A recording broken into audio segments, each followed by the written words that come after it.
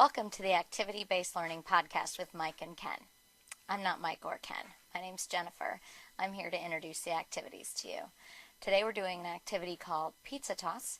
You'll need 1-inch tubular webbing in strips of about 15 feet. This webbing is available at places like REI and other mountaineering stores. Visit our blog at mikeandken.blogspot.com with more information on this activity as well as resources on how to get yourself some tubular webbing.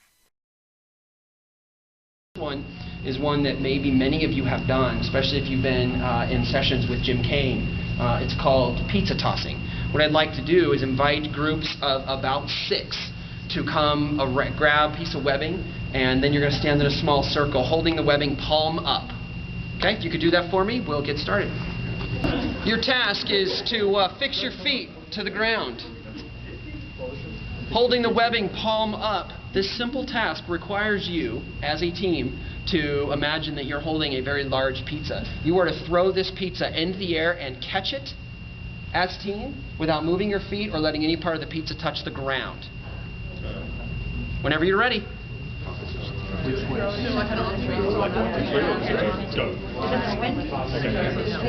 Just has to throw it. Just throw it. 1, 2, 3. Nice. Come on.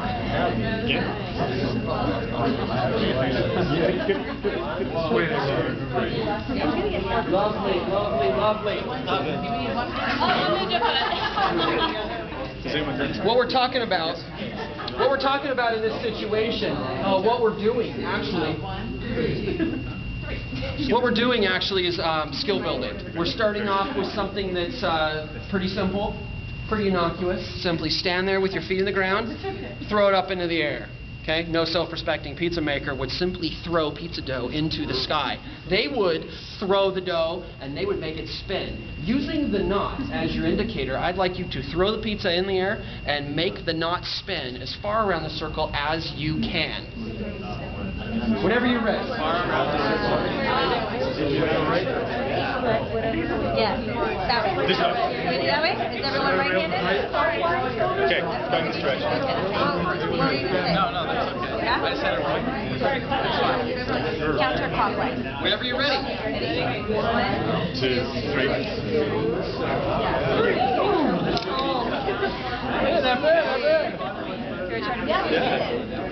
We're trying again?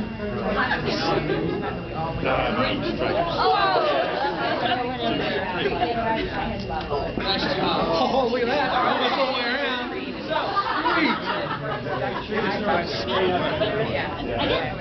We're going to keep the challenge. We're going to keep ratcheting up the challenge. Okay? We're going to keep ratcheting up the challenge here. Remember, while we're doing this, we're talking about lack of commitment and what different people's versions of success are, what different people's versions of accomplishing the task might be. You're already starting to notice what people are considering successful. Is catching it as a team, 1 or 2 people saving the pizza from the floor, or is catching it as a team, all 5 or 6 of you physically grabbing onto this as it comes down? Okay?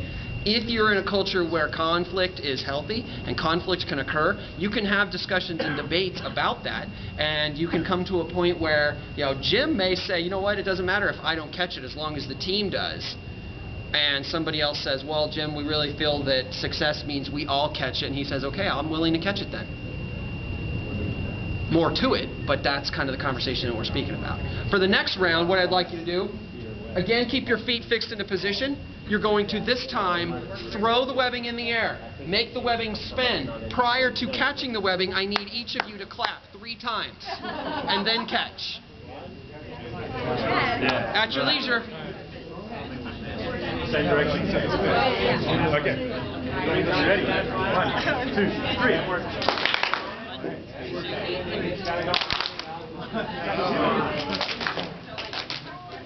Ready? 1, 2, 3.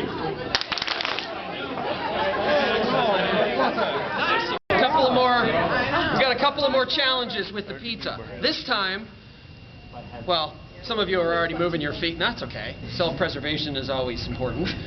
This time, you're going to need to move your feet because you are going to be asked to throw the pizza in the air, make the pizza spin, clap 3 times, and do a 360 before you catch the pizza. 360 and clap at the same time? You need to do all of those things between the time you throw it and catch it. So however you need to make that happen. At your leisure. We are allowed to move our feet. Okay. 1, 2, 3.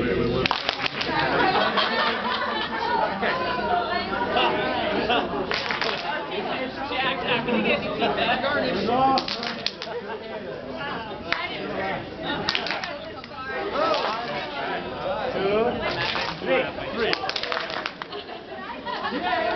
Before we have people getting killed, we've gone through a series of skills. We've gone from, hey, all you got to do is throw it in the air, to this time I want you to throw it in the air and do about 47 other things. Okay? Multitasking is difficult for some people. And if we're talking about lack of commitment and you have a lot of different tasks to do, inevitably some of the tasks are going to fall to the wayside. Which tasks are you going to put all of your effort into? Okay? In this situation, is it catching the webbing? Is it spinning? Is it making sure that you don't clean out half your team? You know? What is it that you're doing? Is it looking out for yourself individually? You know? And I can't tell you that there's one right answer for that. It all depends on who you are. But people in your team need to know where you fall. And they can only do that if we've overcome the absence of trust and we've overcome our fear of conflict, and we can have these, lively, engaged debates.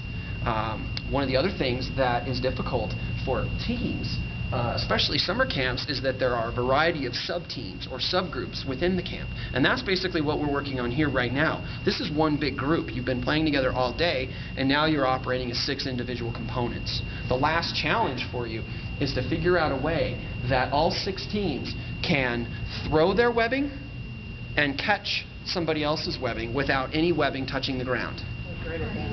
Make sense? Okay, at your leisure.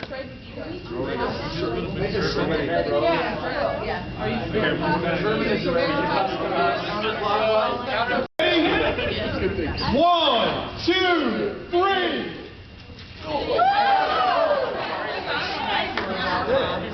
Any part of the pizza touch the ground? Okay. Someone else is down. Try one more time. Ready? 1, 2, 3. Awesome.